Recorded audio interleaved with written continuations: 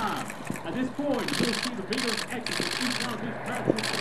This is also known as command attack. And what is that? You may be wondering. Our paratroopers can manipulate any action from the air and be able to correct any malfunctions.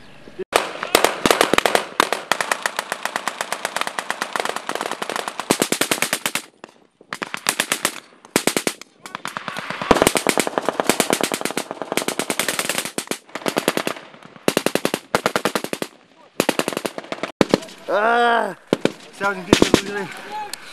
Siauda!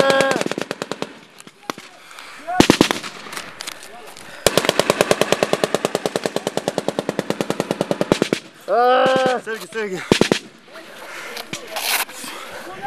Nuvalysiu žaizdą. Pradėk dėliot puslapį kuo greičiau.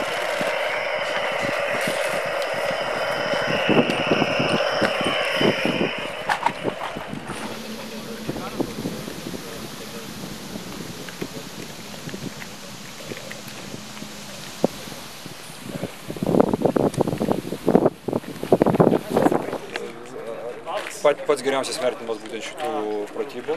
Tikrai buvo puikiai galimybė mūsų kariams kartu su Jungtinių valstijų kariais pasitreniruoti. Tikslas, ką mes siekiam būtent kartu treniruodamėsi, kartu mokydamėsi, būtent užtikrinti tą sąveiką. Ir sąveika tai yra visokiojopa pati sąvoka. Tai apima būtent ir ryšio priemonių suderinimą, ir taktikos, ir procedūrų.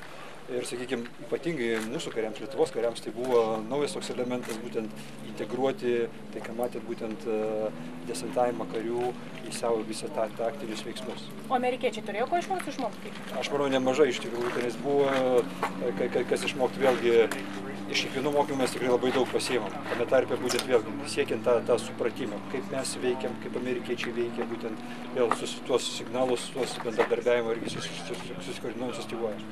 Amerikiečių ir lietuvių karių pasiruošimas, pasirengimas? Nesakyčiau, kad tai yra esminis skirtumas.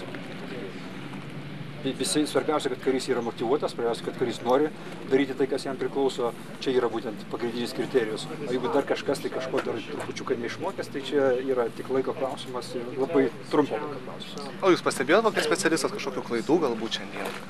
Ne, šiandien, matote, tikrai puikiai viskas vyko, kaip suplanuota, tikrai planas suveikė 100%.